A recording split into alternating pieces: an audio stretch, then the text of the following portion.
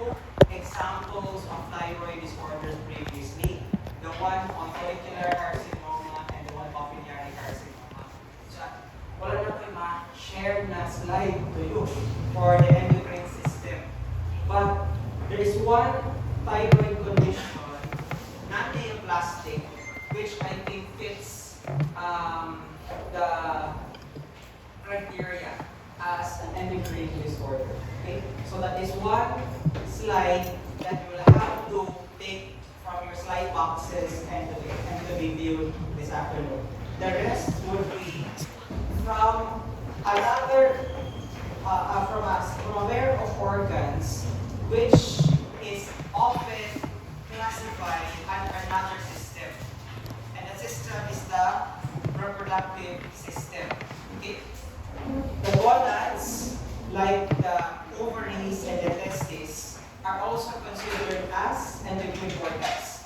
Okay? Because we always think that they are part of the reproductive system. But we have to remember that the testes and the ovaries are gonads. They, aside from producing the spermatozoa in males and the ovum in female, they also secrete hormones. Hormones that control puberty and will also bring about the development of the body of the patient, and also bring about the secondary sexual characteristics. So the demonstration slides which I'm going to show to you would be taken from the ovaries and the testes, since they're also part of the endocrine system. Okay? So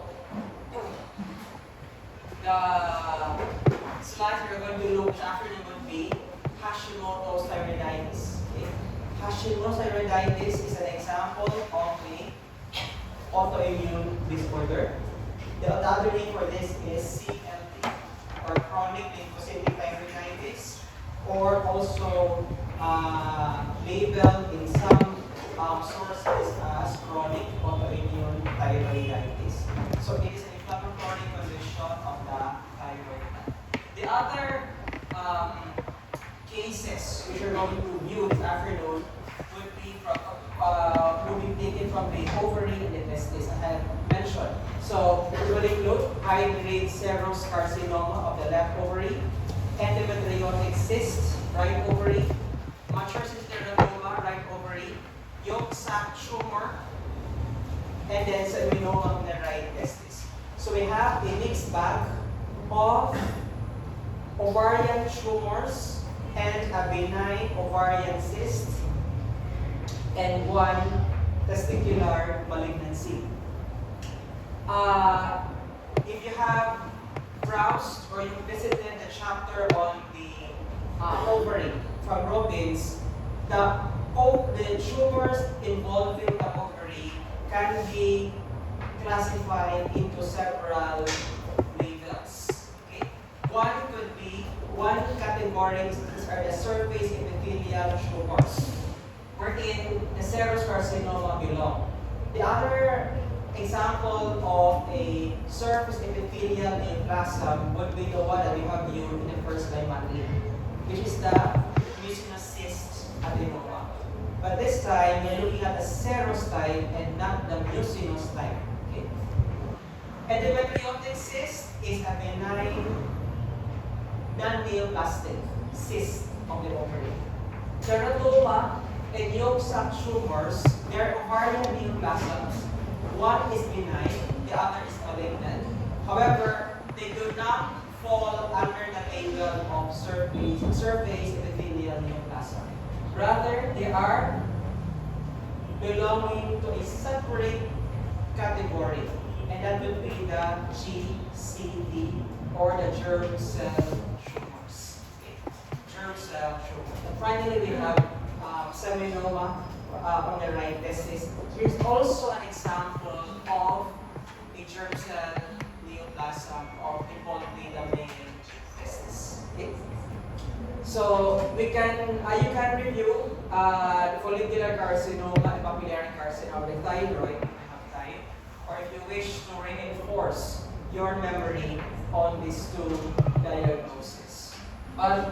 The images which I'm going to require from you would just be the hashimototheritis and the four neoplasia and one benign condition from the ovary. Okay? So this is a low power view. Okay? Forgive the very intensely purplish color of this image, but this particular diagnosis is the one that you can find.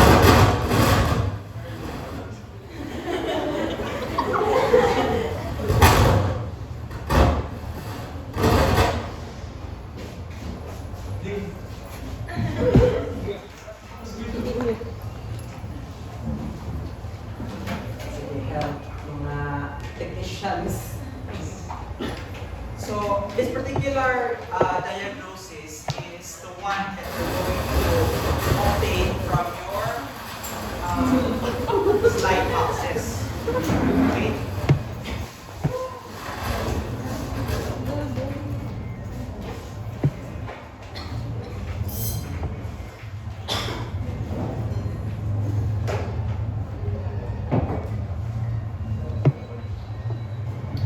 So this is a cut section of the thyroid gland. Okay?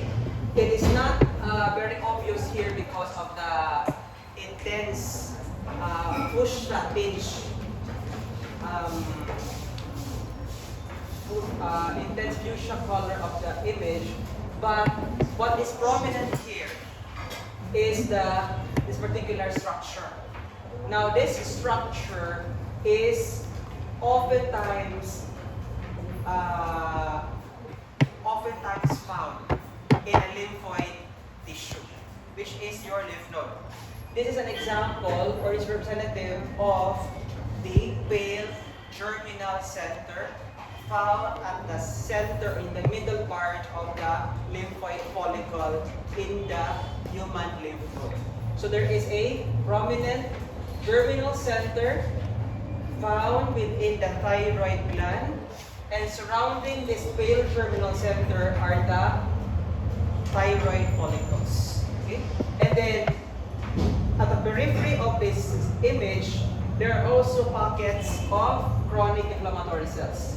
Okay? So these are mature lymphocytes and plasma cells randomly scattered beside the thyroid follicles. Okay? So these are some of the important characteristic features supporting this particular diagnosis. Okay, this is better. So again, this is the pale germinal center. Okay. And then it is surrounded by a collar of mature lymphocytes and plasma cells. And then if you look at the periphery of this pale germinal center, we can see here thyroid follicles. Pero the thyroid follicles are somewhat strange looking because if you can remember the normal histology of the thyroid gland, the size of the thyroid follicles should be bigger because the thyroid follicles contain abundant colloid. In here, it seems that the thyroid follicles have shrunken. They have reduced in size. We term this phenomenon as atrophy. There are atrophic follicles adjacent to this pale germinal center. Okay? That is another important characteristic feature of this particular diagnosis. Okay? And then, if we zoom in the thyroid follicle, the follicular cells, okay? The follicular cells are the one that is lining the follicles. The other cell, which the other cell population making up the thyroid gland is the C cells, okay, or the parafollicular cells. Now, the C cells are not normally seen in the thyroid gland. Okay? They're hard to locate in a thyroid gland. What is prominent would be the follicular cells. In this particular diagnosis, the follicular cells have increased in size because normally, because of the large amount of colloid found within the follicle, the thyroid follicle, the size of the follicular cell gets somewhat flattened, or it becomes low cuboidal rather than columnar. So, and rounded. So that is the normal appearance of a normal follicular cell. It should be low cuboidal shape. Meanwhile, for this particular condition, it seems that the follicular cells have enlarged, okay, with an abundant granular pink cytoplasm, as well as a very large nuclei with a somewhat fine chromatin granules or vesicular nuclei. And also the nucleoli appears to be prominent. Okay? So there is enlargement of the follicular cells with an abundant granular pink cytoplasm, a vesicular nuclei, and a prominent nucleoli. We term this change as Hertel cell change. Okay? Hertel cell or oxyphilic change, but more of Hertel cell change. So the Hertel cell change is also another important microscopic detail behind this diagnosis. Also, notice that the colloid has also been reduced, okay, in this particular tissue. And then, at the periphery, these are the there are several lymphocytes and plasma cells. Okay? And I think the presence of these lymphocytes and plasma cells have significantly contributed to the change in the appearance of the follicular cells. Okay? And notice also that it seems that the nuclei have a pale appearance, thus resembling now what condition? Papillary carcinoma. But it is not papillary carcinoma because we cannot see the nuclear groups and the nuclear pseudo-inclusions. Only the pseudo-orphan Andy-eye-like appearance. Okay, pale-looking nuclei. Okay? In the absence of the nuclear groups and the nuclear pseudo-inclusions, one should always reconsider the diagnosis of papillary carcinoma. Okay? We should always see these three characteristic features so that we can be confident in asserting that the tissue is papillary carcinoma. In the absence of the other two, only the pale nuclei, think of another diagnosis. Probably this particular diagnosis, okay? A non-neoplastic condition. So our diagnosis here is Hashimoto's thyroiditis or chronic lymphocytic thyroiditis. Now, Hashimoto's thyroiditis, the word Hashimoto, probably this was discovered by a Japanese microscopist or a Japanese physician. This is a condition that is caused or triggered by an autoimmune reaction. Okay? It is due to the proliferation of what? Antibodies to the anti-thyroglobulin and anti-thyroid peroxidase proteins. So, whenever there are antibodies to these two proteins, it is certain that Hashimoto's thyroiditis will occur in a patient. Now, for this condition, this is most often seen in females. Okay? Middle age. Okay? Middle age female, probably at the age of 45 to 65. And then, the thyroid gland here would be symmetrically enlarged. Diffusely asymmetrically enlarged. Unlike that of your colloid adenomatous goiter, wherein the thyroid would be transformed into a somewhat bumpy or a nodular mass. In here, the thyroid gland would be diffusely and symmetrically enlarged. So in short, the manifestation for Hashimoto's would be goiter or hypothyroidism, or even both, hypothyroidism and goiter, okay, for Hashimoto's thyroiditis. So this is common in places where it seems that there are low levels of iodine in the patient. So what do we do? Of course, we have to request for serum markers, okay, thyroid panel. So asa man siya ang thyroid hormone panel? Oh, that's right. So that TSH, T3, and T4. In the beginning, for Hashimoto, the TSH would be what? At the beginning, the TSH would be high, T3 and T4 would be low. Okay? So, muna siya at the later part na of the condition. So, mura na siya full-blown na siya ng Hashimoto's. An increased TSH and a low T3 and T4. But at the beginning, it's reverse. The T3 and T4 would be normal to slightly elevated, and the TSH would be low. Okay? So, in other words, for Hashimoto's, we do not often do surgery for this condition. We have to manage this medically at the beginning. We just give medication. However, if the patient is somewhat non-responsive to the medication, then we can pursue a surgical procedure in order to alleviate the manifestation in the patient. So the presentation of patient Hashimoto is more consistent with those suffering from hypothyroidism. Okay? Let's proceed to the next case. Now, this particular tissue is taken from the ovary.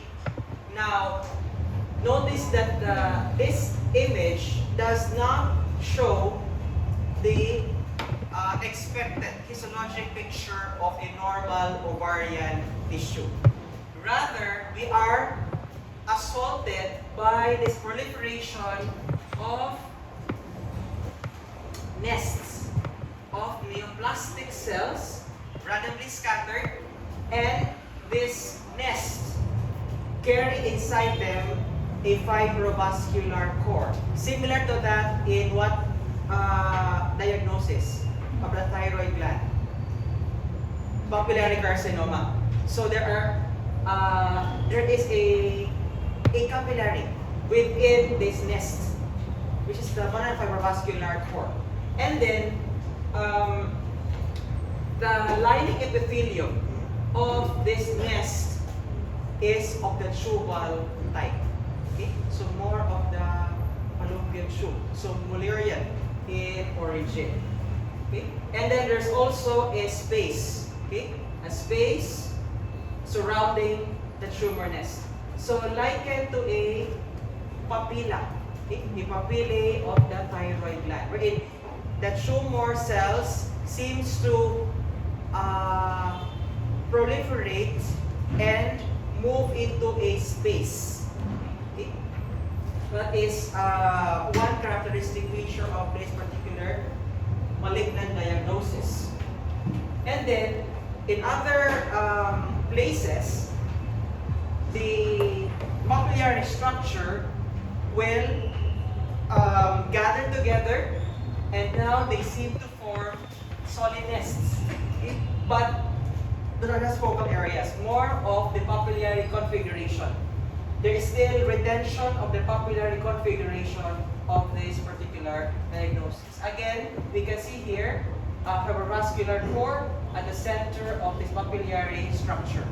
But one important detail of this diagnosis, aside from the papillary structure, is that the appearance of the cell, okay, the epithelial lining is of the high-grade type.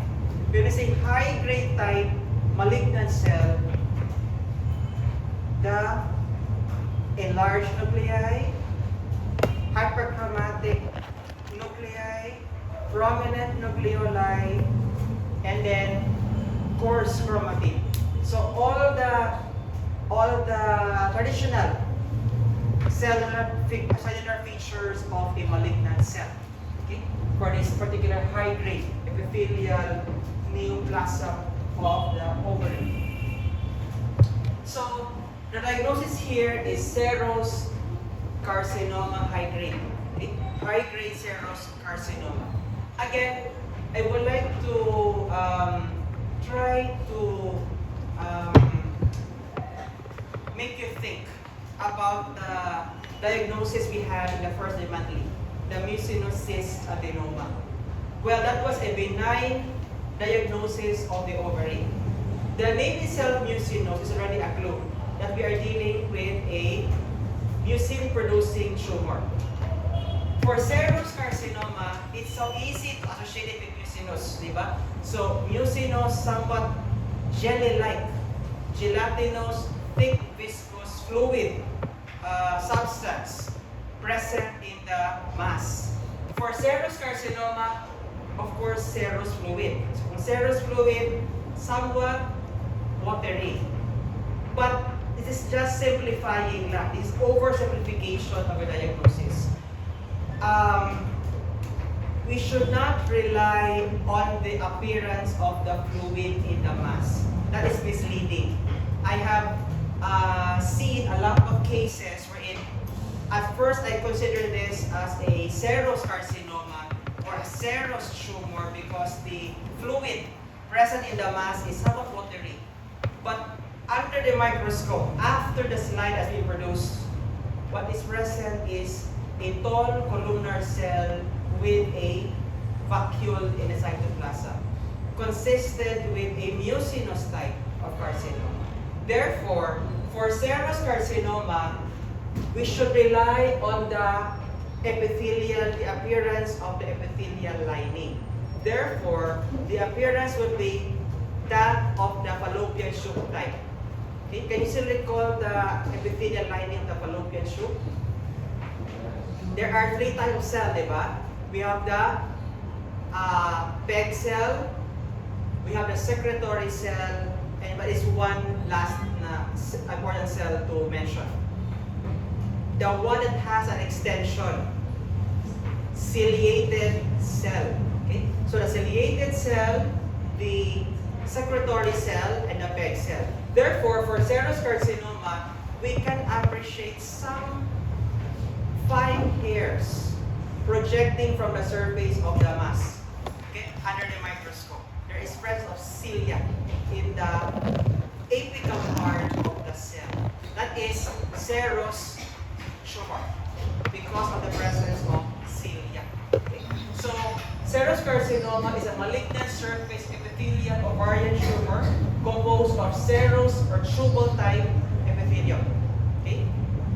It is the most common histologic subtype of surface epithelial ovarian carcinoma. It is more abundant compared to your mucinous cyst adenoma. Okay? Serous carcinoma is the most common histologic type of ovarian cancer. And it occurs bilaterally in 16% of cases. So meaning both right and left ovaries are involved in more than half of the cases.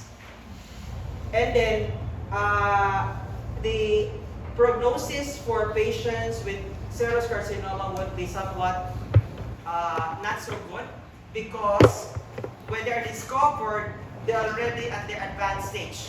80% or 80% have already spread to involve the peritoneum with omental caking and abdominal lymph nodes. When I say caking, there are implants. Okay, there are implants. Makita mo siya sa omentum that there are nodules. There are hard nodules present all over in the omental fats. But dili siya as in one large mass. Somewhat spread out in the said fatty tissue. That is a process of implants by serous carcinoma. And then aside from spreading first into the omental fat, it can now metastasize to the lungs, the liver, and the pleura. So the common size of distant metastasis, okay, for serous carcinoma. And then, more common in the Western Hemisphere, rare in the first 2 decades, but steadily increased thereafter, meaning at age of 56 years old, there is this high risk of developing serous carcinoma. So it's more of the elderly age group, serous carcinoma. The benign ones, the serous adenoma, is on the younger segment of the population. And the clinical features, pelvic or abdominal enlargement, vague abdominal pain, urinary or GI symptoms. The patient will also present with ascites, okay, enlargement of the abdomen due to the accumulation of peritoneal fluid. And then we can request for a laboratory test, serum CA125. Are you familiar with this?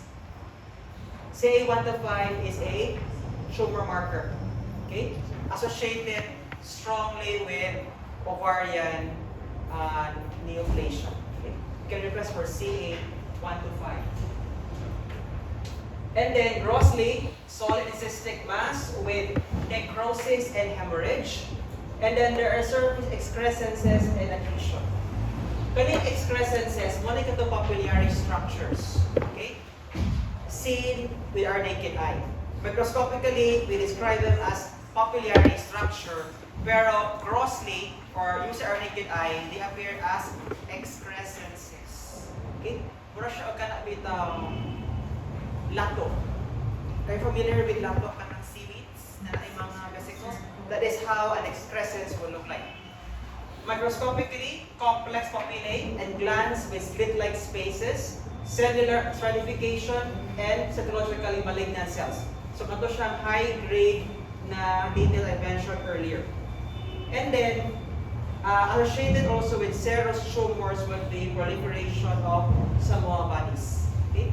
We are also seen sa katong papillary carcinoma of the thyroid. So, medyo similar ang appearance sa thyroid papillary and the serous papillary in the ovary.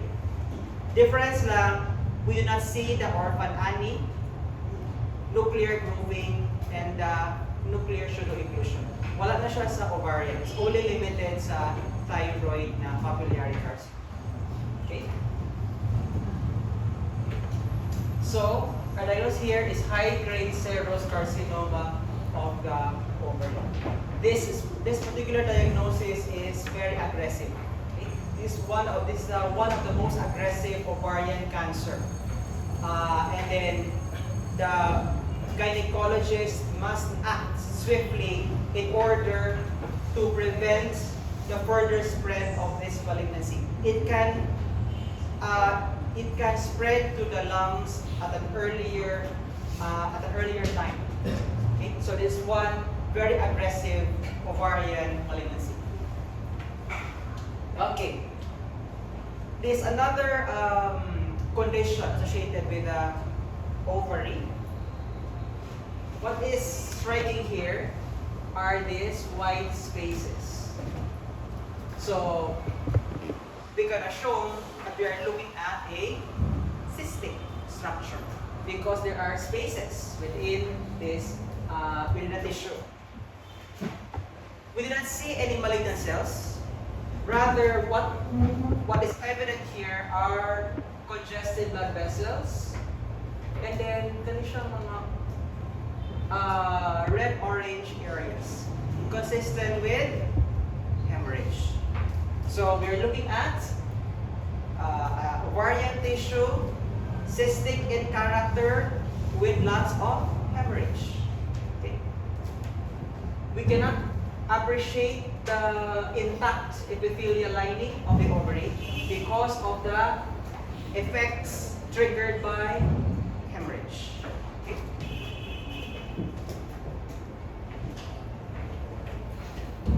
then under high power magnification,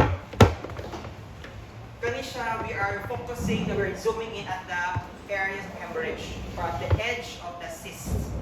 We can see here several or heavy numbers of these large or plump cells.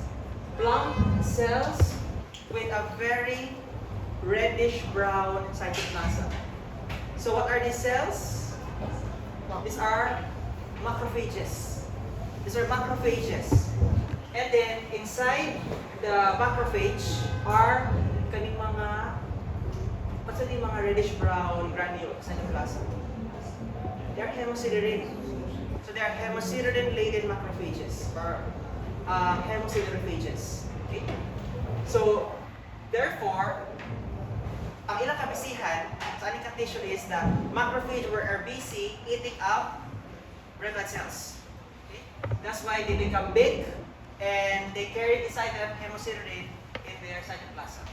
If you look at the edge of this cystic wall, we can still see here a simple cuboidal epithelium at this area, but in his area and at the right side, we can no longer appreciate the epithelial lining. So therefore, there is focal areas of interruption of the epithelial lining of this ovarian cysts. Okay. So, our diagnosis here is endometriosis. Hopefully, dili unta mo ma-affect with endometriosis. Okay? Because endometriosis is a one painful condition. Okay? I think a female patient with endometriosis will experience abdominal pain worse than your typical dysmenorrhea. Okay? So in endometriosis, instead of blood, menstrual blood going out of the female uterus during menstruation, it seems na nag-backflow ang blood. So from the endometrium, it will backflow to the ovary. So muna siya na the female will experience intense pelvic pain. So microscopically and clinically, this affects women in the reproductive age years. So 18 to around 60, di ba? Muna siya ang reproductive years. Ovary is the most common site of involvement. Often presents with pain and fertility problems. So therefore, women with endometriosis are somewhat sterile. They cannot get pregnant because of the presence of this hemorrhage in the ovary. So the ovary has been transformed into a cystic structure, which prevents proper ovulation of the female. It may give rise to hyperplasia or worse, carcinoma in the uterus. What are carcinoma? Katong carcinoma ilang kita sa slide upstairs. Endometrial adenocarcinoma. That is the carcinoma associated strongly with endometriosis of the ovary. Hormonal therapy is often initial treatment, but not all women will respond. So, we have to do surgery for endometriosis if it gets severe. Microscopically, we can see here bluish red macules on several surfaces or chocolate cysts in the ovary. The classic appearance of endometriotic cyst would be the chocolate cyst, as in chocolatey in appearance. Ovarian cyst, and inside Hershey's chocolate, dark brown color, and somewhat sticky. So be careful na dili mo touch atong tenacious material because it is very sticky. And that dark colored tenacious material inside the ovarian cyst is just old blood. Old blood. Okay? So, microscopically, there are three components comprising endometriosis. Endometrial glands, endometrial stroma, and the hemorrhage or hemocentral macrophages. These are the three components necessary to arrive at diagnosis of endometriosis. If we cannot see these three components, we can settle for diagnosis of endometriotic cysts, just like the image I have shown to you earlier. Diba? Ito nakita nila kay macrophages. Wala ang endometrial glands and stroma. Therefore, our diagnosis here is this one. Endometriotic cyst of the ovary.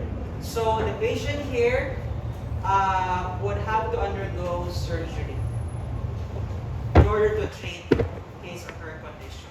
But in the process, pwede siya mahimong sterile. He can no longer bear a child because of the backflow of blood back to the ovary. Okay? Next. What is this?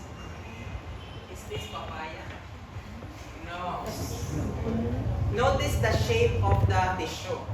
It is ovoid shape. Therefore, we're looking at the ovary gihapon because of its oval shape.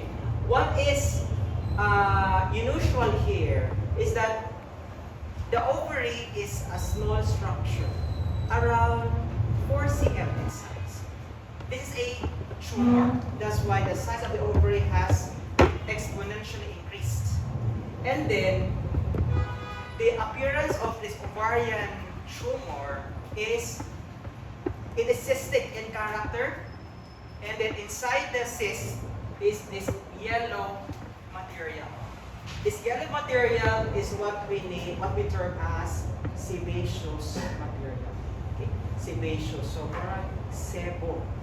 Imagine your cooking oil kanang curdle na bagtik imong gibutang sa refrigerator ang imong cooking oil. That is the appearance of sebum. It's present in this ovarian tumor. And then aside from the sebum, masa ni siya mga itong-itong dali? Like a wick. The appearance of hair. Okay? So there is sebum material, 50% of the tissue, and then at the center, naa siya hairs. Hairs. But it's just of the eye arc. Aside from hairs, we can also retrieve teeth, nails, bones, cartilage. So we have a heterogeneous tissue. Tissue originating from the 3 germ layers, from the ectoderm, the mesoderm, and the endoderm. Okay? Microscopically, under LPO, it is lined by stratified squamous epithelium. Okay? Very prominent here. And then, aside from a stratified squamous epithelium, we can also see skin and nexus structures. Okay? The pilosebaceous units. Okay? This is an example of a hair follicle. We have, what is this? Sebaceous glands. Okay? We have sweat glands. Okay? So, it mimics the structures comprising our skin. And it is found inside the female's body. Isn't it very weird? No? Inside your body, there are hairs growing. It's like a bunch of hair growing. Aside from teeth, nails, bones, cartilage. Okay? So, this is an example of a mature cystic teratoma. Okay? A mature cystic teratoma, and the other name for this is dermoid cysts. So it's a benign germ cell tumor derived from any of the 3 germ layers. So the ectoderm, the mesoderm, and the endoderm, arising from the parthenogenetic division of abnormal germ cells. Okay? Incidence, less than half all ovarian tumors, and up to 95% of all germ cell tumors. So I think it is the most common benign germ cell tumor in both male and female. Okay? teratoma. But we have to take into consideration the age of the patient.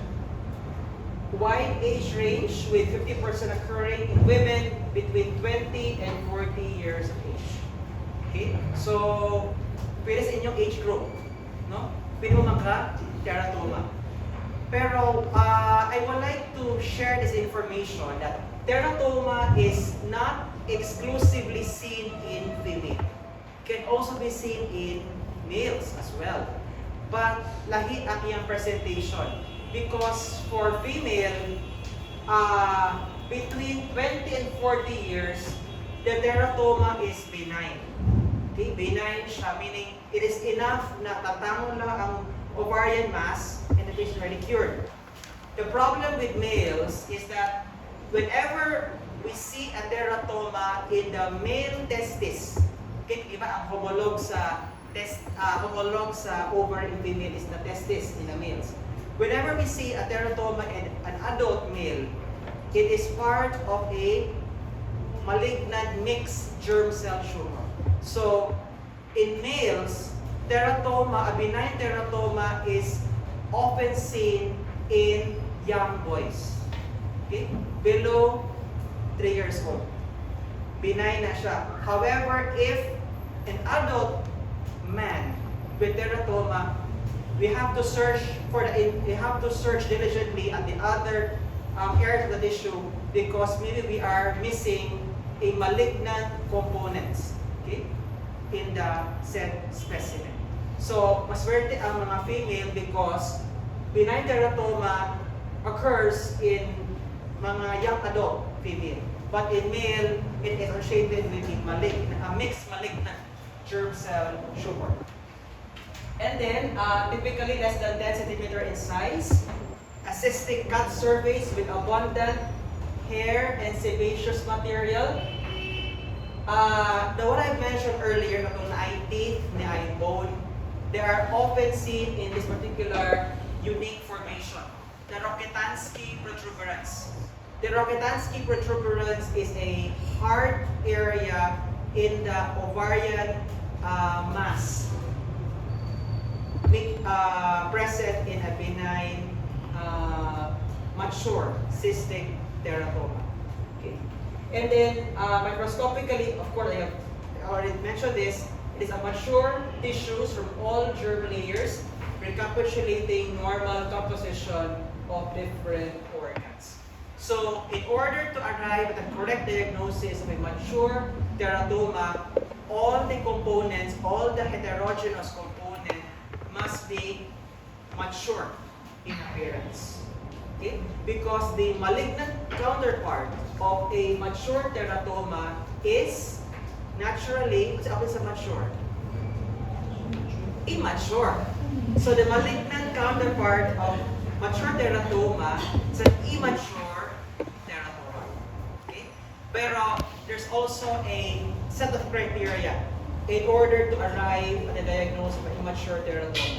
And that would be presence of this immature neural tissue. One should search for this immature neural tissue. Because kung naani siya, think of an immature teratoma. Therefore, it is a malignant form of teratoma. Okay. Other unusual findings would be granulomatous peritonitis, and then benign tumors and secondary malignancies. What do you mean by benign tumors? Imagine a tumor within a tumor. Diba? Teratoma is already a tumor. And there's a tumor inside the teratoma. Ganesha benign tumor is your mucinous adenoma. That's the one I have seen in the first monthly. I have seen one, okay? I think several times na. A mucinosis adenoma with a mature teratoma component. Meaning they share the same ovarian tissue. One half is mucinosis adenoma and the other half is a mature teratoma. One is siya ang benign tumors na i-mention anika facts. And then, there are several types of teratoma. We have the benign or mature teratoma. We have the immature teratoma, malignant. And what is the third one? The third one is the monodermal teratoma. The monodermal teratoma is represented by the diagnosis of struma ovary. Ang kayunika ng struma ovary is, di ba, ang teratoma dilimagin kay 3 germ layers, no? Ectoderm, mesoderm, endoderm.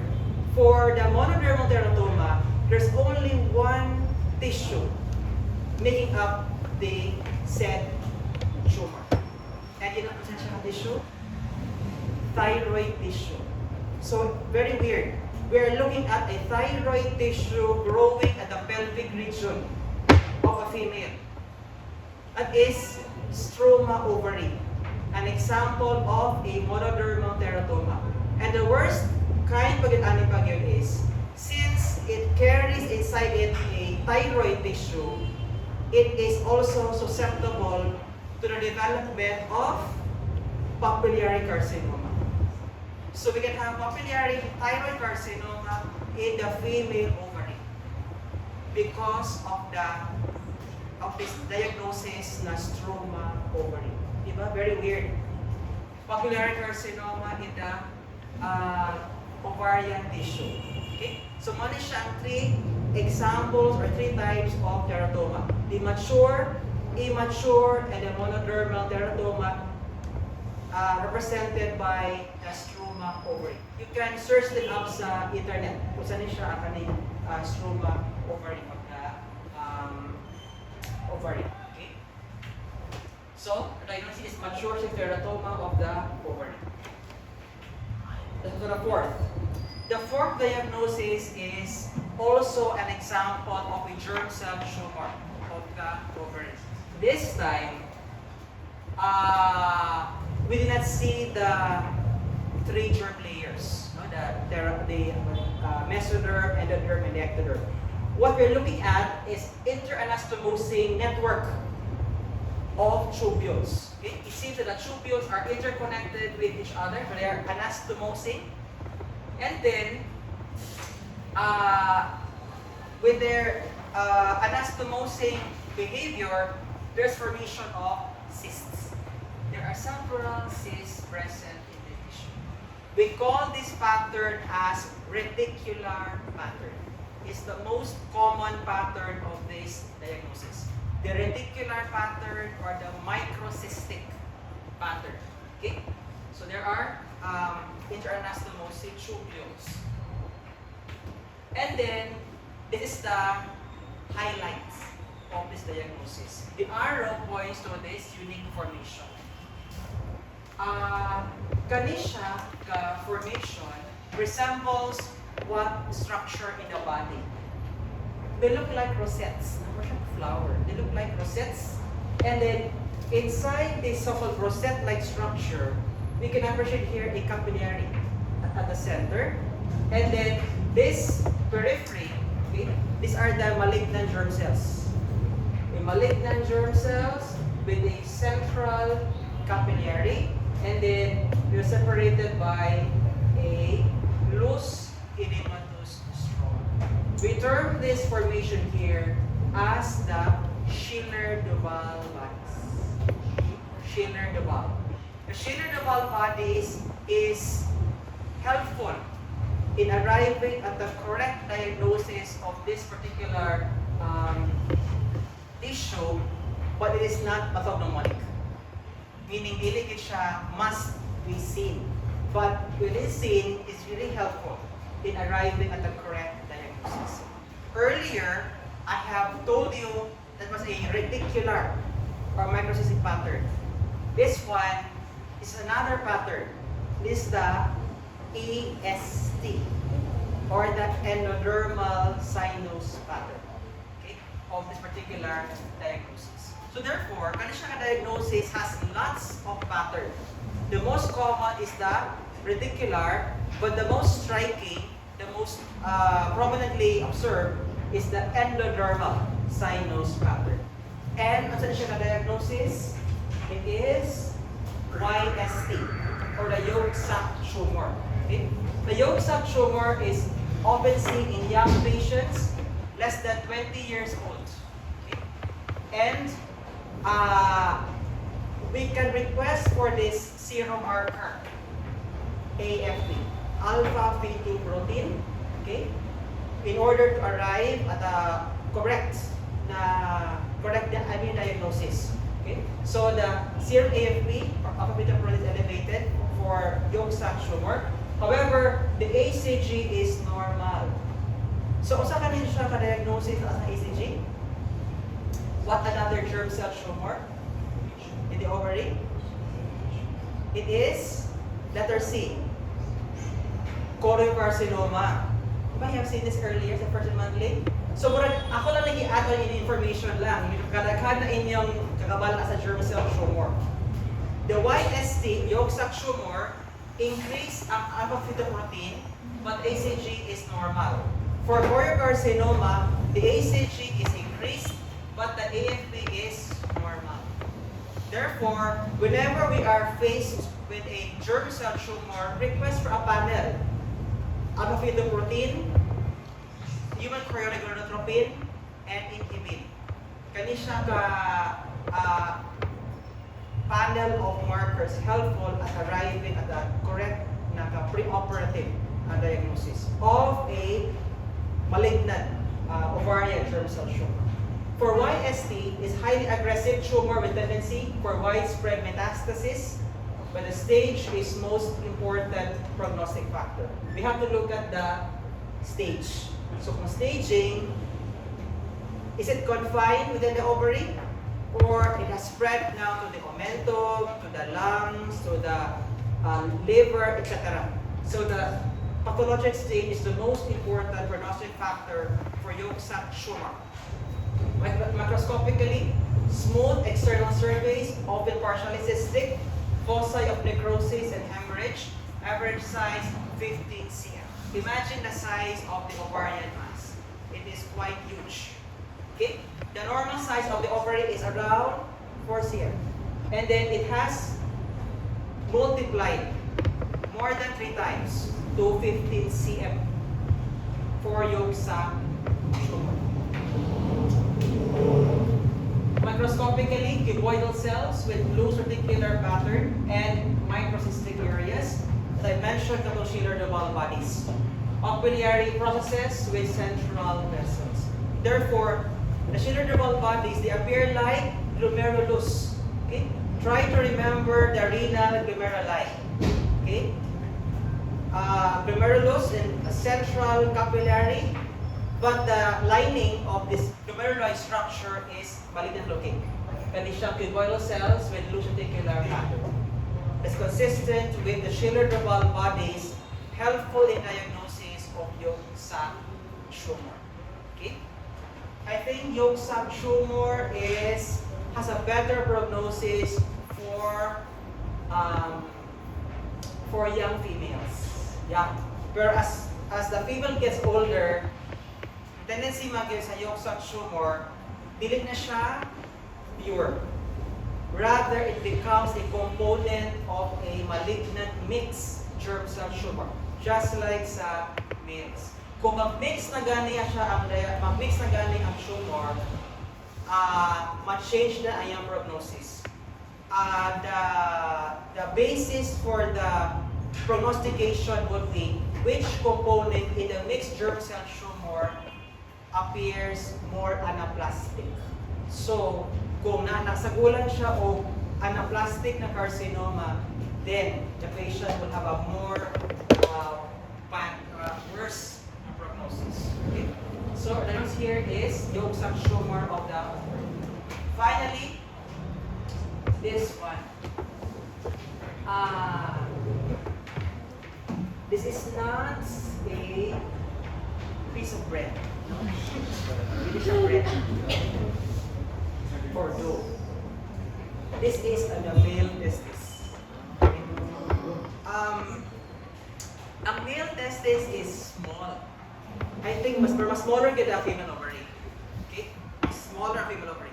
The male testis is bigger slightly than the female ovary, and the testis is housed within the scrotum, supported by what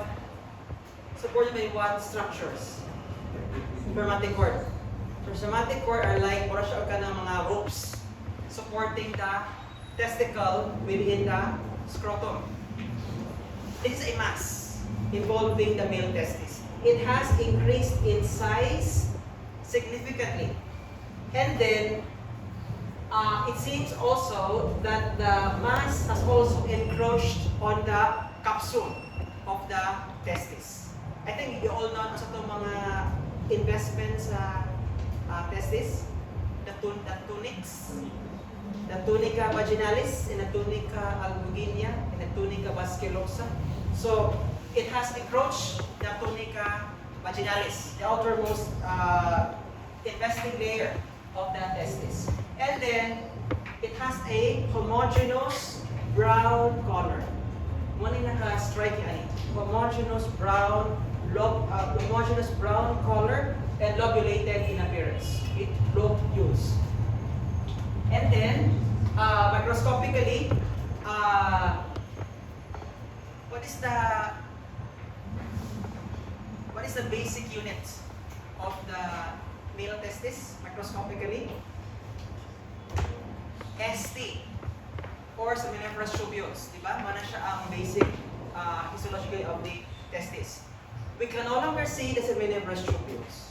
Rather, it has been replaced by this diffuse sheet of malignant cells with a very prominent clear cytoplasm and enlarged nuclei with a prominent nucleoli. But this diffuse sheet has been separated into lobules by this fibrosepta. Tingnan siya mga fiber partition. And this fiber partition is infiltrated by these small blue cells, which we believe are what? Lymphocytes, di ba? So there is chronic inflammatory reaction involving the fibrosepta separating this diffuse sheet of malignant germ cells. Okay? So, the diagnosis here is classic seminoma. Dapat include yun ang classic because there's another diagnosis of seminoma, the phagocytic seminoma. In classic seminoma, it is the most common germ cell tumor of the male testis, accounting for 50% of all germ cell tumors. The mean age at diagnosis is 40 years of age. So, mga middle age. Okay? Very rare in children. Why? Because in children, the most common germ cell malignant germ cell tumor is yolk sac tumor. Yolk sac. Sa boys. Okay? But in adult men, classic seminoma. Patients present with painless testicular mass. So patingalan nila ang lalaki kana siya makapa na mass sa iyang testis, but it is painless. Okay? Painless testicular mass. 30% have metastasis at presentation, but only 3% have symptoms related to metastasis. And then your AFP level is normal, but your beta HCG is elevated in 10-20% of patients with stage 1 seminoma. Wala na ang wala na ay slight increase in beta human chorioniotropin in seminoma in 10-20% of patients. Because of what cell? Presence of syncytial trophoblasts. Okay? Because of the presence of syncytial trophoblasts, that's why the beta HCG level will increase slightly in classic seminoma. Okay? Macroscopically, characterized by circumscribed, lobular, gray white fleshy tumor. Think of areas of necrosis and hemorrhage. Pero, i-omit ni siya kanay necrosis and hemorrhage. Oftentimes, wala kaayo necrosis and hemorrhage in classic seminoma. This circumscribed, lobular, gray white or brownish color fleshy tumor. Consistent with classic seminoma. So, cells have round to oval nuclei with one to several nucleoli and I mentioned clear to slightly eosinophilic cytoplasm. Cell borders are well defined, arranged in solid sheets interrupted by fibrous septa that I have described earlier. Lymphoid infiltrate is present within the septa, as I have discussed as well. And then interstitial growth with preservation of tubules can occur at periphery of the tumor. Cord-like and tubular growth pattern can predominate in rare cases. And finally, granulomatous infiltrate present in 50% of all cases. When we say granulomatous infiltrate, we can also observe mga Langhans giant cell in classic seminoma. Pero it doesn't mean na we are looking at a TB orchitis. It's just a part lang siya sa mga unusual features in classic seminoma. Okay?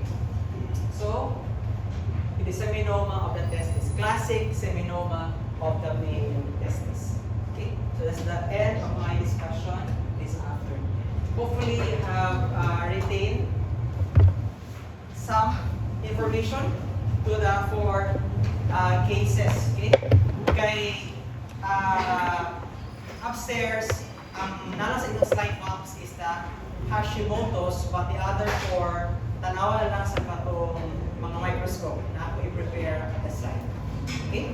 And then, for the submission of the images at the e-learn, tanawa na lang to kung sa'yo nakabutang na date sa e-learn. Hindi na ako mag-mention o date. Okay? Just look at the date